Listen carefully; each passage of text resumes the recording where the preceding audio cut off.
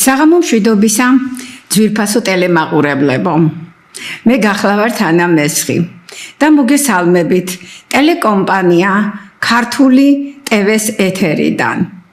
დღეს პარასკევია, საღამოს 9 საათი, რაც იმას ნიშნავს, რომ ჩვენ ვაგრძელებთ ჩემს საავტორო გადაცემათა ციკლს, რომელიც მთლიანად ეძღვნება მიჯაჭვული ამირანის ლინგვო-კულტუროლოგიური ქსელის გახსნას, ნაშრომისა, რომელიც 2024 წელს გამოვაქვეყნე. მაგრამ სანამ უშუალოდ გადავიდოდე თემაზე, ეს ჩვენი პირველი შეხვედრაა ამ 2026 წელს და ამიტომ მინდა გისურვოთ, რა თქმა უნდა, ჯანმრთელობა, ბედნიერება, სიხარული, რაც ყველასთვის ძალიან საჭირო გრძნობებია და აგრეთვე მსურს უსურვო ჩვენს ხალხს და მთელს საქართველოს ჩვენი მიჯაჭვული ამირანის განთავისუფლება. მაშასე, ჩვენ ვაგრძელებთ ჩემს საავტორო გადაცემათა ციკლს და დღეს ვიწყებთ მესამე ციკლს, რომლის თემატიკა იქნება ამირანის ორეულების სახელთა განხილვა. თქვენ ახლა სლაიდზე ხედავთ ჩვენი წინა ციკლის მასალას. შეგახსენებთ, რომ ჩვენ მეორე ციკლი მთლიანად დაუთმეთ ამირანის სახელის დეშიფრირებას და ამავე დროს ამირანში კოდირებული სხვადასხვა იპოსტასების გაშიფრვას. შეგახსენებთ ძალიან მოკლედ, რომ ჩვენ განვიხილეთ ამირანის ხმალი და ვნახეთ, რომ იგი პირდაპირ უკავშირდება ქართულ ასომთავრულ ქანს, ანუ ერთ-ერთ ჯვარს ქართულ ასომთავრულ ანბანში, ანუ ამირანი დაკავშირებული არის ქართულ ანბანურ და ზოგადად ქართულ დამწერლობასთან. ჩვენ აგრეთვე განვიხილეთ ამირანი და თევზი და ჩვენ ვნახეთ, თუ რა დიდ სიღრმეებში ჩადის ამირანის თევზის იპოსტასი თავისი მამის სულ კალმახის სახელის ეტიმოლოგიური გაშიფვრის შედეგად. გარდა ამისა, ჩვენ აგრეთვე აღმოვაჩინეთ, რომ თურმე ამირანი და ქრისტე ერთი და იგივე პიროვნებები არიან, ოღონდ ამირანი პირველადია, ქრისტე მეორადი. ანუ ქრისტე წარმოადგენს ამირანის ქრონოლოგიურ განმეორებას, თუ შეიძლება ასე ითქვას.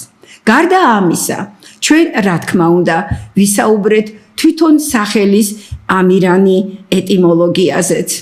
ჩვენ აღნიშნეთ, რომ ორი შეხედულება არსებობდა ამირანის არაქართულ წარმომავლობაზე და ორივე ეკუთვნის ნიკო მარს.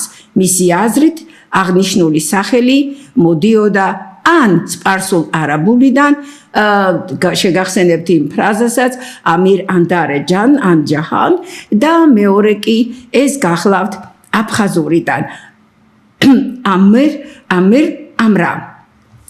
ამით ჩვენ ფაქტობრივად ამოვწურეთ ამირანზე საუბარი და ახლა უნდა გადავიდეთ ამირანის ორეულების სახელთა განხილვაზე.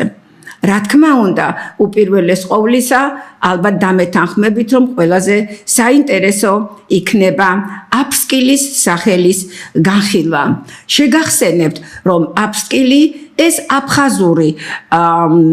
აფხაზური ორეულია ამირანისა.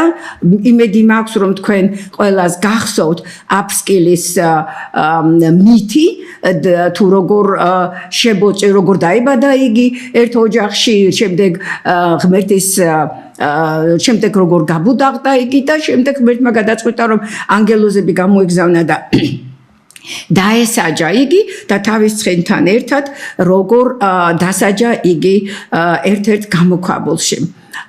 ეს რაც შეეხება upskills და ჩვენ ამას ახლა ძალიან დაწვრილებით განვიხილავთ, მაგრამ ჩვენ ასევე უნდა ვიცოდეთ, რომ უნდა განვიხილოთ, რა თქმა უნდა, ამირანის მეგრული ორეულის სახელიც ეს გახლავთ არამხუტუ და ჩვენ ამას გავაკეთებთ ჩვენს მომდევნო საუბრებში.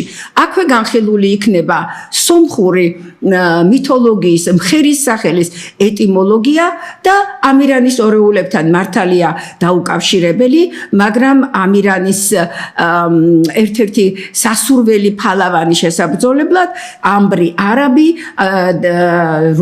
რომლის სახელიც ასევე ძალიან დიდ საიდუმლოებას ინახავს. მაშასე თქვენ ახლა სახეზე სლაიდზე ხედავთ, იმას ჭკვითლად, იმას თუ ჩვენ რა გავაკეთეთ ამირანთან დაკავშირებით, ხოლო თეთრი შრიფტით კი მოცემული არის თუ რა თემები გვექნება განხილული მესამე ციკლში. შესაძლებელია რომ ჩვენ დაგვჭეს დრო, ვერ ამოუწუროთ ჩვენი 10 საუბარი, რაც იმას ნიშნავს, რომ ჩვენ სხვა ძალიან საინტერესო თემატიკასაც ჩავთავთ აღნიშნულ ციკლში.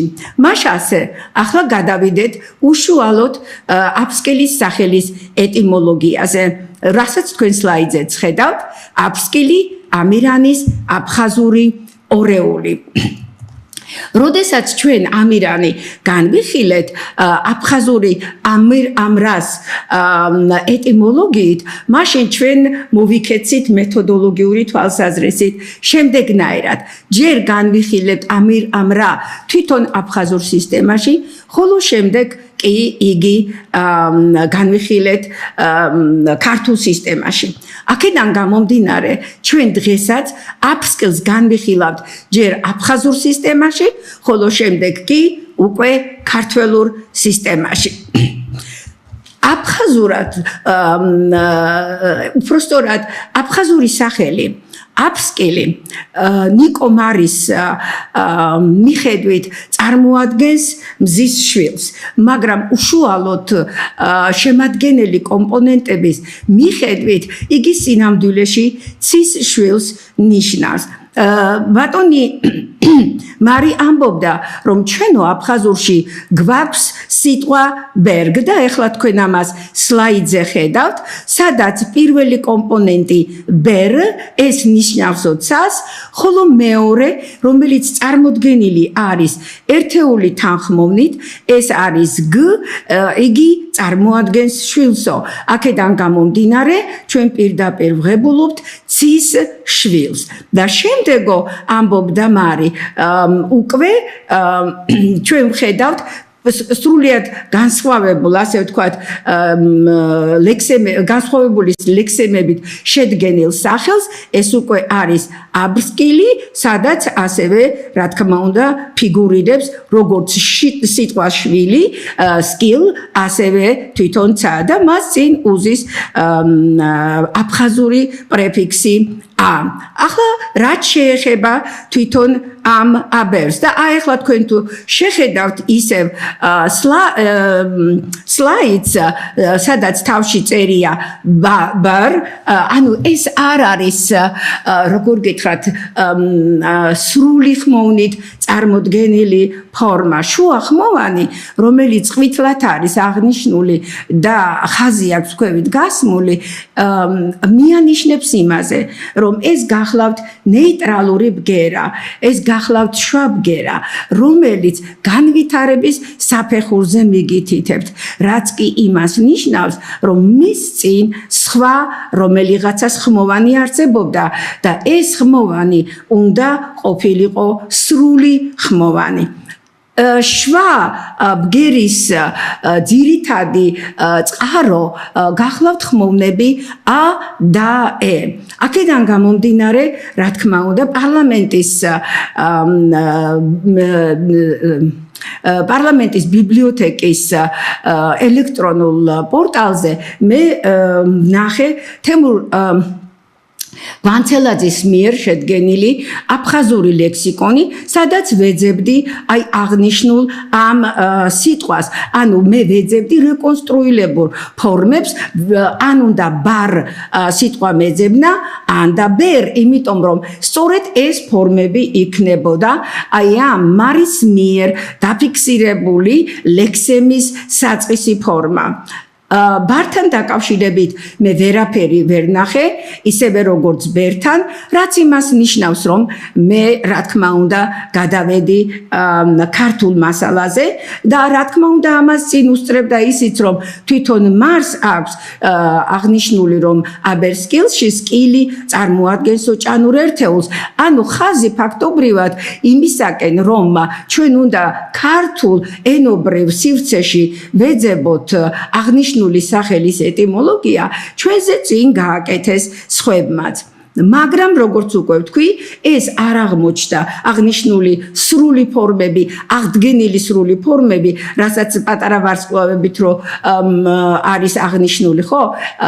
რაც პატარა ვარსკვლავებით არის აღნიშნული, რა თქმა უნდა ჩვენ იქ ვერ მივაგენით. ამიტომ გადავედით ქართულზე, ხოლო ქართულმა კი მოგცა შემდეგი მასალა. რაც შეეხება ბარს, სულხან საბასთან ვკითხულობთ, რომ ეს არის სათხრობელი, ანუ ეს არის ინსტრუმენტი, რითიც უნდა შესაძლებელი არის მიწის თხრა. ანუ ეს გახლავთ ბარი, ხოლო მეორე შემთხვევაში კი ეს გახლავთ ბარ, ოღონდ როგორც ბარი როგორც არამთიანი ტერიტორია, ეს არის ბარი, თვითონ საბა ამბობს, რომ ეს არისო ცხელი ქვეყანა.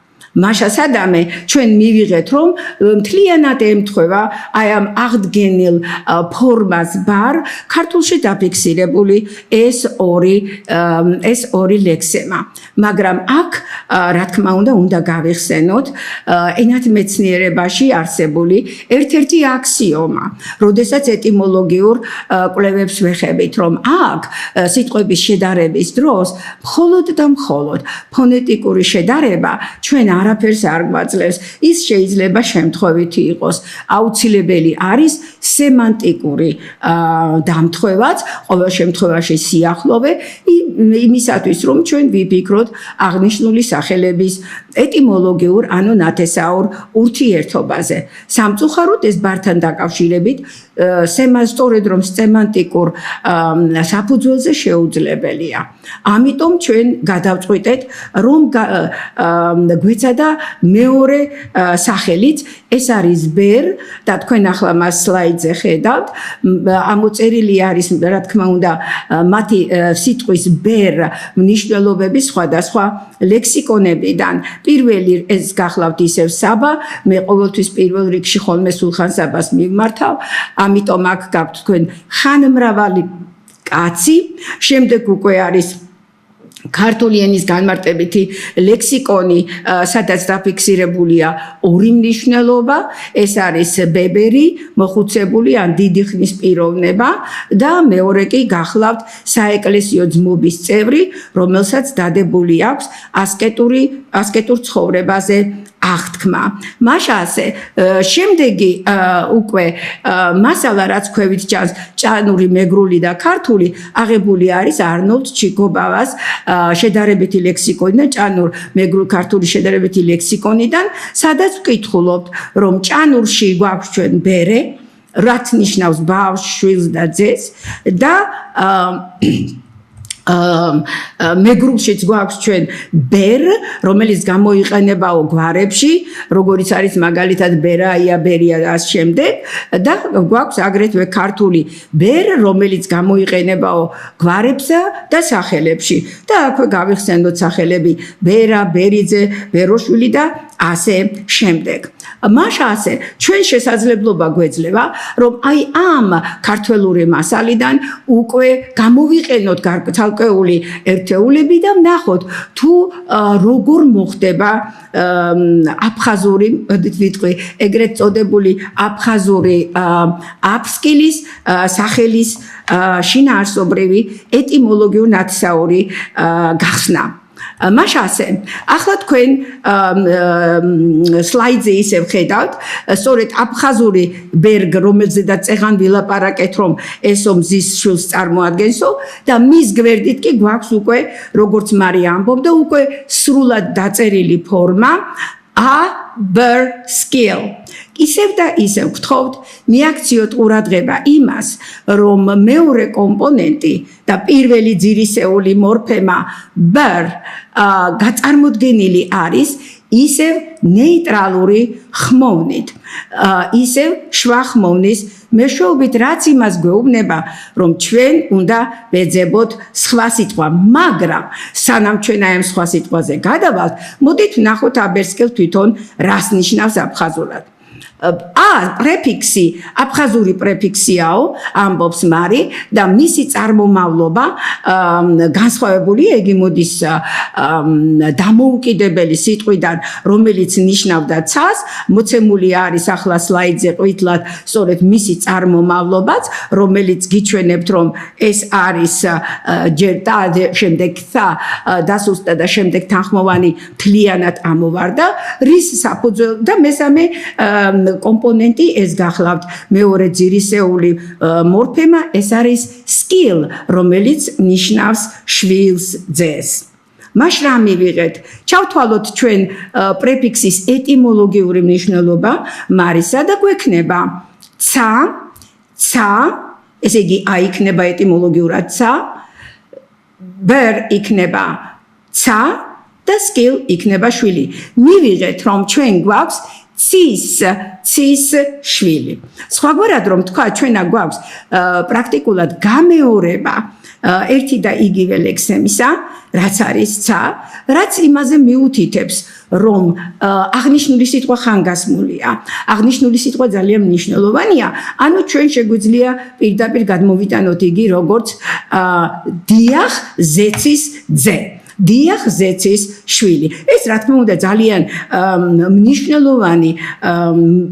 მნიშვნელოვანი სემანტიკა გახლავთ აღნიშნული სახელისა, იმიტომ რომ იგი საკმაოდ უახლოვდება ამირანის სემანტიკას. და აქვე ბარემ ვიტყოდი იმას, რომ როდესაც ჩვენ საუბრობთ ამირანის ორეულებზე, ჩვენ უნდა გავითვალისწინოთ, რომ რაც ჩვენ ამირანთან დაკავშირებით ამოვიღეთ აი ეს დაფარული კოდირებული ინფორმაცია გარკვეულ წილად თუნდაც რომელიმე კომპონენტში მისი ორეულების სახელები რა თქმა უნდა ემთხვეოდეს და აი აქ თვითონ აფხაზური ენის დონეზე ჩვენ ვხედავთ რომ დიახ ცის შვილი რა თქმა უნდა ძალიან ახლოს დგას ქართული ამირანის მზისა და მთვარის ანუ იგივე ზეცის შვილობასთან მაშას ეს ჩვენთვის გასაგებია, მაგრამ მოდით ახლა აღვადგინოთ რომელიმე ქართული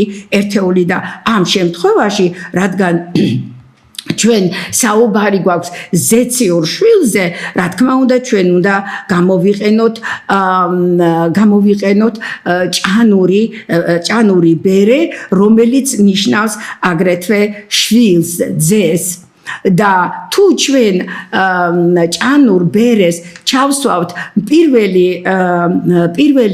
ძირეული მორფემის ნაცვლად, ანუ ber is ნაცვლად, ჩვენ მივიღებთ უკვე, რასაც ახლა თქვენ სლაიდზე ხედავთ და რომელსაც აწერია ფაზა 2 აფხაზურ ჭანური, თქვენ ნახავთ, რომ იქ არის ლათინური ასოებით წარმოდგენილი პრეფიქსი a, შემდეგ მას მოსდევს ქართული ასოებით დაწერილი bere, რომელიც ჭანური ბერეს, ანუ შვილის აღნიშნელია და შემდეგ უკვე skill, რომელიც ასევე აფხაზურ სკილზე მიუთითებს. მაშასე ჩვენ წეგან უკვე როდესაც განვიხილეთ აფსკილის აფხაზურ დონეზე არსებული მნიშვნელობა, რომელიც პირველ ფაზაში არის წარმოდგენილი იგივე სლაიდზე, ჩვენ ვთქვით, რომ ეს იყო ცა შვილი, ხო სწორია, მაგრამ ნახეთ რა ცვლილება ხდება, როდესაც ჩვენ მას განვიხილავთ სწორედ ჭანურ ბერესთან დაკავშირებით. აღმოჩნდება, რომ პირველი კომპონენტი ეტიმოლოგიურად აღნიშნავს ცას, მეორე კომპონენტი ჭანური ბერე აღნიშნავს ძეს ან შვილს, ხოლო მესამე კომპონენტი skill, აფხაზური skill უკვე აღნიშნავს იგივე ძეს. ანუ ჩვენ მივიღეთ ძალიან საინტერესო მოდიფიკაცია აფხაზური სახელის აბსკილის სემანტიკისა და თუ ჩვენ აფხაზურში მახვილი გქონდა გაკეთებული ზეცაზე რომ იგი მართლაც ზეცის შვილს წარმოადგენდა მეორე შემთხვევაში ანუ როდესაც ჩვენ ჭანური ბერე ჩავსვით უკვე ერთ-ერთი ძირის ნაცვლად ჩვენ იქ უკვე ვნახეთ რომ აქცენტები შეიცვალა და ამ შემთხვევაში აქცენტი კეთდება უკვე ზეციურ ძეზე ანუ ერთი შვილი კი არ ყოფილა თურმე ზეციური არამედ ყოფილა ორი ძმანი ყოფილან და ამ შემთხვევაში ჩვენ გვაქვს რა თქმა უნდა ჭანური ბერესა და აფხაზური სკილის ასე ვთქვათ ნათესაური ტოლობა თუ ჩვენ ახლა ამას შევხედავთ და უფრო განვაზოგადებთ ჩვენ შეგვიძლია წარმოვიდგინოთ აი ეს ცვლილებები სწორედ იმ ფაზების მეშვეობით რომელიც სლაიდზეა წარმოდგენილი და ახლა თვითონ ეს ცხრილი შეგვიძლია უფრო განვაზოგადოთ და გვექნება შემდეგი აფხაზური აბსკილის განვითარება, ანუ მისი ეტიმოლოგიური კვლევა იწყება აი ამ პირველი ფაზიდან, როდესაც იგი აფხაზურ დონეზე იშიფრება.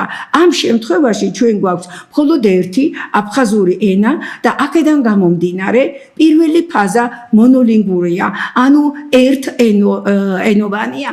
მაგრამ როდესაც ჩვენ აღვადგინეთ უკვე ჭანური ბერე, ამ შემთხვევაში ჩვენ უკვე გადავდივართ მეორე ფაზაში და აქ უკვე მონოლინგური ფორმულა კი აღარა გვაქვს, არამედ ჩვენ გვაქვს ჰიბრიდული ფორმულა და ეს ჰიბრიდული ფორმულა გახლავთ აფხაზურ ჭანური.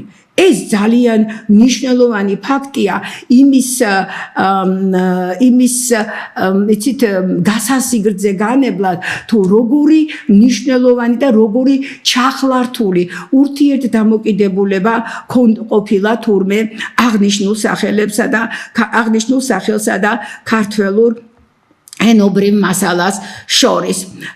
ახლა თუ ჩვენ გადავწყვიტავთ რომ გავაკეთოთ ეხლავე თუ ჩვენ გადავწყვიტავთ რომ აი ეს უпростоრად ეს ცხრილი რაღაცა ფორმულის სახით გადმოვიტანოთ, აღმოჩნდება რომ იგი ჩვენს შესაძლებლობას გვაძლევს რომ ფორმულის სახით ჩავწეროთ აბსკილის აი ეს ფაზობრივი ცვლილება და თქვენ ახლა სლაიდზე სწორედ ამას ხედავთ და ხედავთ როგორი გრძელი ასე ვთქვათ მათემატიკური ფორმულით არის წარმოდგენილი მთლიანად აბსკილის მნიშვნელობა და აი ამ ფორმულის მნიშვნელობა ჩვენ შეგვიძლია უკვე შევაჯამოთ როგორც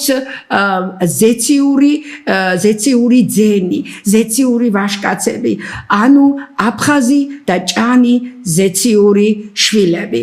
მაშასე ახლა გადავიდეთ შემდეგ საფეხურზე და უნდა განვიხილოთ შემდეგი ძირეული მორფემა. ეს ძირეული მორფემა გახლავთ სკილ, რომელიც ნიშნავს თვითონ შვილს. მაგრამ სანამ უშუალოდ მაგაზე გადავალთ, მინდა მოგახსენოთ, რომ ჩემი კვლევების მანძილზე და ეს კვლევები 1 და 2 წელიწადს არ მოიცავენ, დაახლოებით ეს უკვე სადღაც 35-40 წლამდე მიდის. თითქოს კი არა და გამოიკვეთა ისეთი ტენდენცია, რომ თუ მე მაქვს თხზული ან ნაწარმოების სიტყვა ან სახელი და მაშინ რომელიღაცა კომპონენტი არის რომელიმე ერთი ენიდან წარმომდგარი, ამ შემთხვევაში უпростоრად ჩვენ შემთხვევაში როდესაც ჩვენ ხედავთ ქართულს, ხო? ამ შემთხვევაში ჭანურს, მაშინ მეორე კომპონენტიც ასეთივე უნდა იყოს. ანუ ის მეორე კომპონენტიც, ანუ სკილიც ასევე ქართველური ენობრივი სივრციდან უნდა მომდინარეობდეს და მართლაც ასეა. ჭანურში ბერეს გარდა ჩვენ გვაქვს კიდევ სიტყვა სკირი. ეს ძალიან საინტერესო ფორმა, იმდენად რამდენადაც ფონეტიკურად ბერე და სკირი ერთმანეთისაგან საგრძნობლად განსხვავდებიან. ჩვენ რომ სკირი აღვადგინოთ სკილის ნაცვლად, ამას არაფერი არ ეღობება წინ, მაგრამ სანამ ჩვენ ამას გავაკეთებთ, საჭირო არის აგრეთვე მეგრულის ჩართვა. და მეგრულის ჩართვა საჭიროა იმიტომ, რომ ჭანურში ჩვენ გვაქვს სკირი და სქირი, ანუ ორი ვარიანტი გვაქვს, ხოლო მეგრულში დაფიქსირებული არის სქირის ვარიანტი, ქანიანი ვარიანტი, რაც იმას გვეუბნება, რომ აღნიშნული ლექსემის პირველადი ფორმა ყოფილა ქანიანი ფორმა, ანუ სქირი, ხოლო შემდეგ კი სქირიდან განვითარდა სკირი. აქ ძალიან საინტერესო ასე ვთქვათ, გერათა ცვლილება თუ შესატყვისობა გვაქვს, ეს არის ქანიდან ქ-დან კ-ში, ანუ კანში გადასვლა, რაც ქართულ ენებში არსებული გერათ შესატყვისობების სისტემას არ შეესაბამება. ახლა წარმოგიდგენთ მე თქვენ აი ამ გერით შესატყვისობებს ქართულში, რომელიც აღებული არის ფენრიხისა და სარჯველაძის ქართული ენების ეტიმოლოგიური ლექსიკონიდან, სადაც ჩვენ ვხედავთ, რომ საერთო ქართველურში, ახალ ქართულში, მეგრულში, ლაზურში თუ სვანურში ჩვენ უნდა გვქონოდა ქანი, ყველგან და უნდა გვქონოდა კანი, მაგრამ ამ შემთხვევაში, სკირისა და სქირის შემთხვევაში, როგორც ვხედავთ, ჩვენ აი ეს ურთიერთობა შეიძლება ასე ითქვას, მეტნაკლებად არის შეცვლილი. რაც იმაზე მეუთითებს, რომ რა თქმა უნდა სისტემა გერათ შესატყვისობებისა არის აუცილებლად გასათვალისწინებელი, მაგრამ ჩვენ ისიც უნდა გვახსოვდეს, რომ სავსებით შესაძლებელია გვქონდეს აი ამ სისტემიდან გადახრა და ჩვენ სწორედ ამ სკირის შემთხვევაში აი ასეთ გადახრასთან გვაქვს საქმე. და ეხლა ჩვენ უკვე შეგვიძლია, რა თქმა უნდა, მოვახდინოთ აი ამ მეორე ფუძისეული მორფემის აღდგენა აფხაზურ აფსკილში. თქვენ ახლა სლაიდზე ხედავთ მეორე ცხრილს, სადაც მოცემული არის მეგრული, ჭანური და აფხაზური და ეს ფორმები მოცემულია იმისათვის, რომ ვაჩვენოთ, რომ სანამ აფხაზურში გაჩნდებოდა სიტყვა სკილ, მანამდე ამ სიტყვამ განვითარების ორი საფეხური გაიარა. ესე იგი, მე მქონდა მეგრულში სქირი, შემდეგ უკვე მქონდა ჭანურში სქირი, სადაც იგი გადაკეთდა, უпростоრად შეიცვალა სკირზე და მხოლოდ ამის შემდეგ უკვე რსა და ლს მონაცვლეობის საფუძველზე მე აფხაზურში მივიღე სკილ. ეს ძალიან ლოგიკურად და ლამაზად აწყობილი ჯაჭვი გახლავთ, მაგრამ ყველაზე საინტერესო ფაქტი ის არის, რომ ჩვენ თუ მიუტრიალდებით წეღანდელ ჩვენს ფორმულას, აი მცხრილებს ფაზობრივ სისტემას ეტიმოლოგიურისას, ხო, სახელისა აფსკილი, აღმოჩნდება, რომ აი ის მეორე ფაზა, პირველ ფაზაზე ამ წუთში, თქვენ ხედავთ სლაიდზე, რომ მე პირველი ფაზა გამოტოვებული მაქვს, ასე ვთქვათ, მიზანმიმართულად, იმიტომ რომ ის უკვე ფაქტობრივად ნიშნულობა უბრალოდ მას აღარ გააჩნია, იმიტომ რომ ჩვენ მეორე ფაზაზე გვაქვს უკვე ყურადღება მთლიანად გადატანილი, ის კი არის მონოლინგური, ეს კი არის ჰიბრიდული ფორმა, ამიტომ ეს უფრო მნიშვნელოვანი მონაცემი გახლავთ. მაშასე ჩვენ მეორე ფაზაში უკვე შეგვიძლია გამოვყოთ ორი ქვესაფეხური.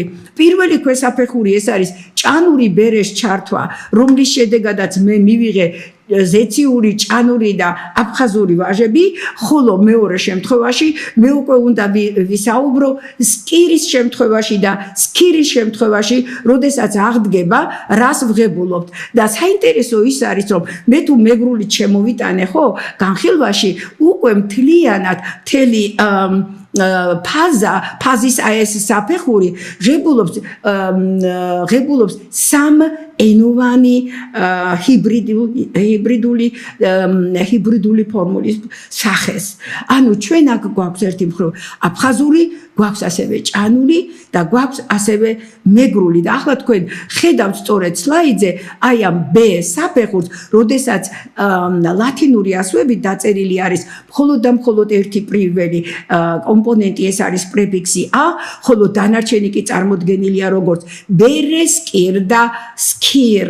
მაგრამ ეს კი გავაკეთეთ მართალია ჩვენ ენობრივი მონაცემების საფუძველზე და ეს ყველაფერი ჯდება ფონეტიკური ცვლილებების ძალიან მარტივ სქემაში, მაგრამ საინტერესო არის ის, რომ ჩვენ აქ ვხედავთ სემანტიკურ გართულებას. და რას ეხება ეს სემანტიკური გართულება? ეს სემანტიკური გართულება ეხება იმას, რომ ჩვენ ამ შემთხვევაში, აი ახლა თქვენ ისევ სლაიდზე ხედავთ, ჩვენ ამ შემთხვევაში ერთადერთ კომპონენტად რომელიც ცაზე მიუთითებს, ეს გახლავთ ეტიმოლოგიური მნიშვნელობა პირველი კომპონენტისა, პრეფიქსისა A, ხოლო დანარჩენები კი, როგორიც არის ბერეს, კირ და სკირ, სულ ყველა უჩვენებს შვილს, ვაჟიშვილსა და ძეს. რა მივიღეთ? მივიღეთ ის, რომ ფაქტობრივად ჩვენ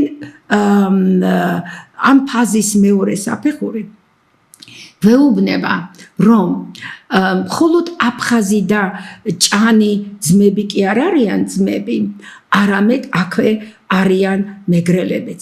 სხვაგვარად ჩვენ ფორმულა გვეუბნება, რომ აფხაზი, ჭანი და მეგრელი ვაჟკაცები არიან ზეციური ვაჟკაცები. ეს იმდენად მნიშვნელოვანი და იმდენად საინტერესო ინფორმაციაა. ეს ინფორმაცია შემთხვევით ასე ვთქვათ, შემთხვევით არ ყალიბდება. მას აუცილებლად წინ უსწრებს ძალიან სერიოზულად მოფიქრებული ენობრივი ერთეულების შეჯერება და შეკავშირება. აქედან გამომდინარე, ჩვენ შეგვიძლია ვთქვათ, რომ აფხაზური აფსკილის ეტიმოლოგიური სქემის მეორე ფაზის მეორე საფეხური კიდევ უფრო რთულ სივრცეს წარმოადგენს და მასში უკვე ფიგურირებს ფაქტობრივად სამი ენა. ეს არის აფხაზური, ეს არის ჭანური და ეს არის მეგრული. შეგვიძლია თუ არა აი ამ მონაკვეთის ჩაწერაც ისეთივე მათემატიკური ფორმულის სახით, რომელიც ჩვენ წეღან წარმოვადგინეთ. აღმოჩნდა, რომ შეგვიძლია და ჩვენ ახლა აი ამ სლაიდზე გამოტანილი გვაქვს სწორედ აი ეს ფორმულა. მე მსურს იმას მიაქციოთ ყურადღება, რომ ფორმულის გართულებასთან ერთად თვითონ ფორმულაც ძალიან გრძელი ხდება, ხო? მე ჩვენ ნახავთ, რომ ფაქტობრივად 2 ხაზს დაიჭერს და რატომ ვამბობ ამას? ასეთი წარმონაქმნები კიდევ ერთხელ ვიმეორებ, მიუთითებს ერთადერთ ფაქტზე, რომ აღნიშნული სახელები არ წარმოადგენს ჩვეულებრივად შემთხვევით დაკავშირებულ ერთეულებს ნომინაციის დროს, ანუ სახელწოდების დროს, არამედ ეს ძალიან კარგად მოფიქრებული და ძალიან კარგად როგორ შეიძლება ვთქვა შეფუთული, არ ვიცი მოგვაწოდეს ისე, რომ ზედაპირზე ჩვენ ამას მაინც და მაინც ვერ ვამჩნევთ, აი ამ სიღრმეებს ვერ ვამჩნევთ, მაგრამ ჩვენ რა თქმა უნდა აქ ჩვენი კვლევა არ უნდა შევაჩეროთ და უნდა გავაგრძელოთ ჩვენი კვლევა იმის გამო, რომ ანალოგიური ფორმულების განხორციელება უშუალოდ ენაში ჩვენ გვარებში ნამდვილად გვაქვს. სხვაგვარად, ჩვენ თუ ფაზების მიხედვით განხილვის დროს აფსკილისა, ხო, დავინახეთ, რომ სახელში ორი ფაქტობრივად ერთნაირი ლექსემა ფიგურირებს, როგორიც არის ძე და შვილი და როგორიც იყო ბერეს, კირი და ფაქტობრივად სკირიც იქ შემოვიდა, აღმოჩნდა, რომ თურმე ქართულ გვარებში აი ეს ფორმულა ზის, იმიტომ რომ ჩვენ გვაქვს ბერი ძე, გვაქვს ბერო შვილი, ბერია ნიძე, ბერია წულის კირი, წულა ძე და ასე შემდეგ. ანუ აი ეს ფორმულა ანუ რომელიღაცა ლექსემის სხვადასხვა ქართველური ენიდან ამოკრეფილი ერთეულებისაგან შემდგარი სახელი წარმოადგენს თურმე ქართული ეთნოფსიქოლოგიის განუყოფელ მონაკვეთს. ეს მისი ენობრივი კულტუროლოგიური სულიერი თუგნებავთ და თუგნებავთ ისტორიულიც წარმომავლობით არ ვიცი რა შეიძლება იქ კიდევ ჯაჟდეს ეს ყველაფერი ერთად შემდეგ უკვე რა თქმა უნდა გამოხატულებას პოულობს თვითონ ერის ეთნოფსიქოლოგიაში რომელშიც უკვე ეს კომპონენტები ცალკეულ ნაწილებად არის მოცემული და მათი სელექციური უпростоრად შეკავშირების შედეგად ჩვენ უკვე ვღებულობთ ისეთ რთულ სემანტიკურ სიდიდეებს როგორიც გახლავთ აფსკილის სახელი. მაგრამ რა თქმა უნდა ამით ჩვენი კვლევა არ უნდა გაჩერდეს და ჩვენ უნდა გავაგრძელოთ კვლევა იმის გამო რომ ჩვენ ვაჩვენეთ რომ აღნიშნული სახელები აი ეს ბერსახელი ხო ფიგურირებს როგორც მეგრულში და ჭანურში იგი ფიგურირებს აგრეთვე ქართულშიც და მე თუ ჭანური და მეგრული ერთეულები გამოვიყენე აფსკილის სემანტიკის ანუ მასში კოდირებული ნიშნულობის ამოსაწევად რა თქმა უნდა ქართული იქ ცალკე არ უნდა იყოს დატოვებული და ქართულიც უნდა გამოვიყენოთ. აი ამ შემთხვევაში როგორ ვიქცევით? ამ შემთხვევაში რა თქმა უნდა ჩვენ უნდა ავიღეთ უპირველეს ყოვლისა ქართული ბერე, უკაცრავად ქართული ბერი, რომელიც ნიშნავს მრავალხნიან კაცს, ანუ ბებერს, მოხუცს, ხანში შესულ ადამიანს. და თუ ჩვენ ჩავსვავთ სიტყვას ბერი აფსკილის I am bear კომპონენტის ნაცვლად ნახეთ როგორ შეიძლება ფორმულა. დააკვირდით სლაიდს. ამ შემთხვევაში ჩვენ გვაქვს მეორე ფაზა ისევ, ოღონდ ჩვენ უკვე აქ გვაქვს მესამე საფეხური. და გვაქვს ისევ პრეფიქსი ა, რომელიც ლათინური ასოთი არის აღნიშნული და კიდევ ვიმეორებ ეტიმოლოგიურად არის ა. შემდეგი არის ბერ, რომელიც არის უკვე ქართულიდან შემოსული და ქართულიდან აღდგენილი სიტყვა, ქართულის მეშვეობით უпростоრად აღდგენილი რეკონსტრუირებული სიტყვა და რაც ნიშნავს ხანმრავალ კაცს. შემდეგ მოდის უკვე სკირი და სკირი. აქედან გამომდინარე ჩვენ უკვე ვღებულობთ არა მხოლოდ აფხაზურ, ჭანურ და მეგრულ ჰიბრიდს, არამედ აქ ემატება აგრეთვე ქართულიც და თუ მე მაქვს ქართული, ჭანური და მეგრული, ფაქტობრივად მე უკვე საუბრობ ქართველური ენების სისტემაზე.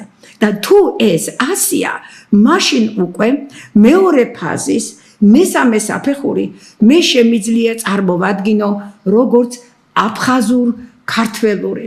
ეს ძალიან ჩემი აზრით ყოველ შემთხვევაში ძალიან მნიშვნელოვანი ფაქტია, იმიტომ რომ ქართველური ენები ეს არის უზარმაზარი სისტემა, ხოლო აფხაზური ბერ, ანუ ის ლექსემა, რომელსაც ჩვენ ვიკლებთ და თუნდაც მთელი სახელი წარმოადგენს მხოლოდ და მხოლოდ ერთ კონკრეტულ ელემენტს. რაც იმას ნიშნავს, რომ შეუძლებელია, რომ ელემენტი სისტემას არ ეკუთვნოდეს. სისტემა წარმოშობს სხვადასხვა ელემენტებს, n რაოდენობის ელემენტებს, მაშინ როდესაც ელემენტებს სისტემის წარმოქმნა არ შეუძლიათ. აქედან გამომდინარე, ჩვენ შეგვიძლია უკვე აპრიორი ვთქვათ, რომ აი ის ეტიმოლოგიური კვლევა, რომელსაც ჩვენ ახლა ვაწარმოებთ, შეუძლებელია, რომ არ წარმოადგენდეს ქართველურიდან აფხაზურში წაღებულ სახელს.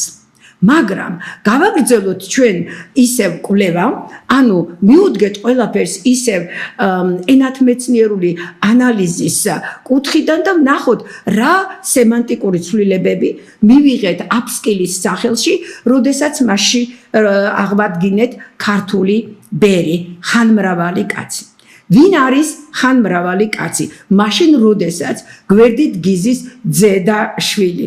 ამაზე რა თქმა უნდა ორი აზრიც არ არის, რომ ამ შემთხვევაში ჩვენ გვაქვს მამა-შვილის ფორმულა.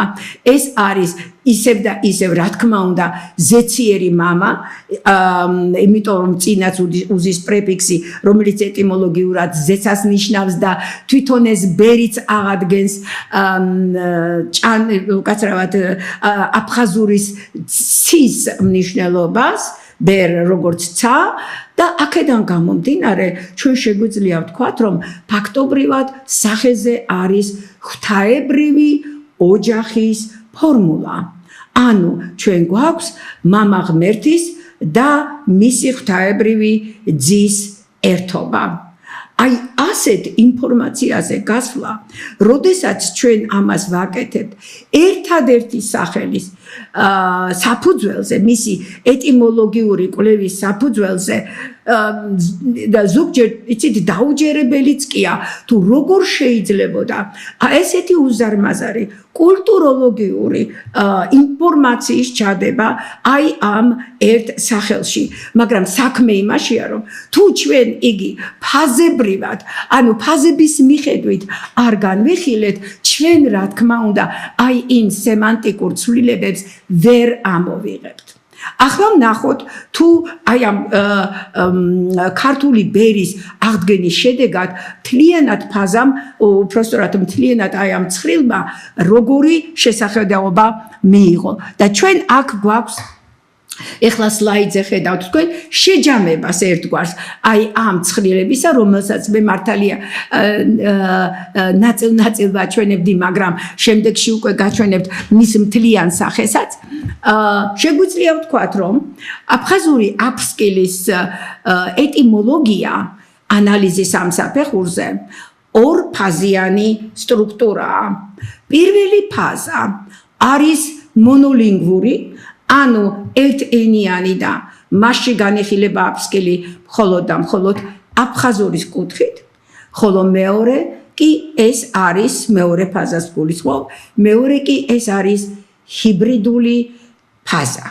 ჰიბრიდულია ეს ფაზა იმიტომ, რომ მასში ერთი მხრივ წარმოდგენილია აფხაზური, ხოლო მეორე მხრივ კი ქართველური ენების სისტემა, იმიტომ რომ ჩვენ გვაქვს ჭანური, ჩვენ გვაქვს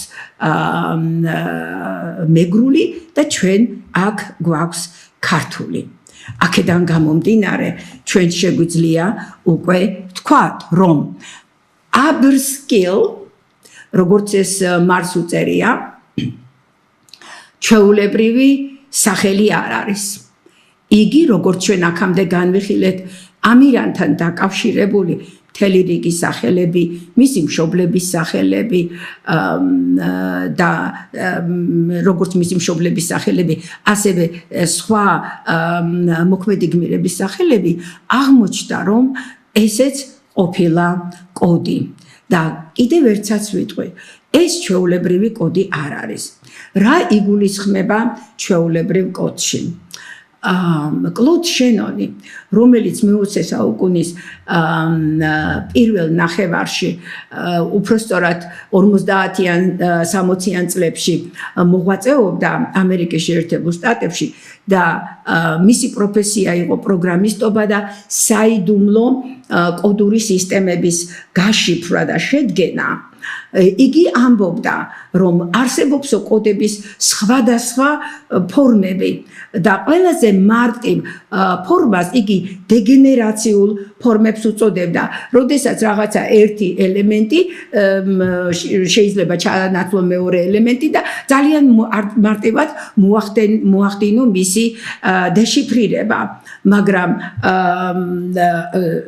ამავე კლოდ შენონის მიხედვით აი ამ დეგენერაციული კოდებიდან მოყოლებული ჩვენ გვაქვს გართულებული კოდებიც, ანუ კოდების ტიპები თანათანობით რთულდება და მისი უმაღლესი გამოხატულება, ანუ ურთულესი კოდის გამოხატულება, რომლის ამოხსნაც შენონის მიხედვით საერთოდ წარმოუდგენელი იყო, ეს გახლდათ ეგრეთ წოდებული სრულყოფილი კოდი.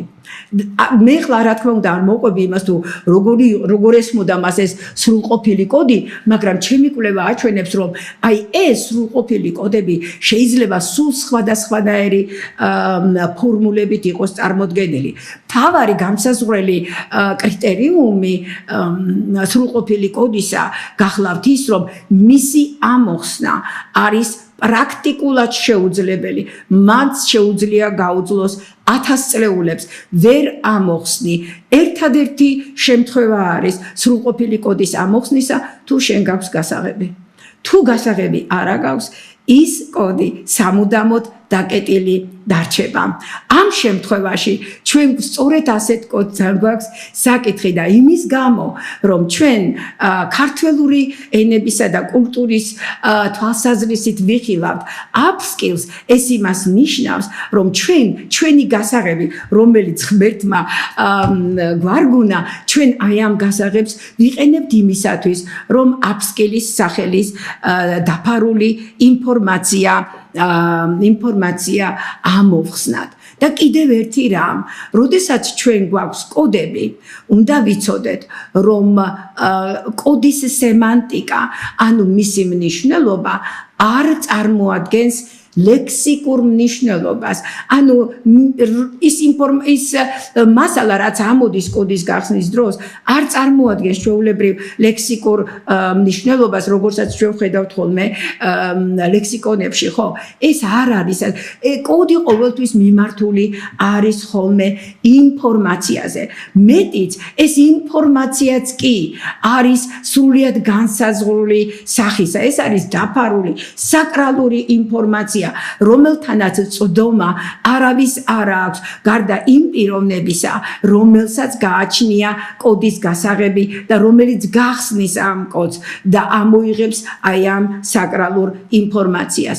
სხვაგვარად, ჩვენ შეგვიძლია ვთქვათ, რომ ანალიზის ამ საფეხურზე ჩვენ ფაქტობრივად შეგვიძლია ვთქვათ, რომ აფხაზური სახელი upskill არის სრულყოფილი კოდი, რომლის გახსნა შესაძლებელი არის მხოლოდ და მხოლოდ ქართველური ენებისა და ქართველური კულტურის მეშვეობით. რა თქმა უნდა, ჩვენ შეგვიძლია ეს კვლევა კიდევ გავაგრძელოთ და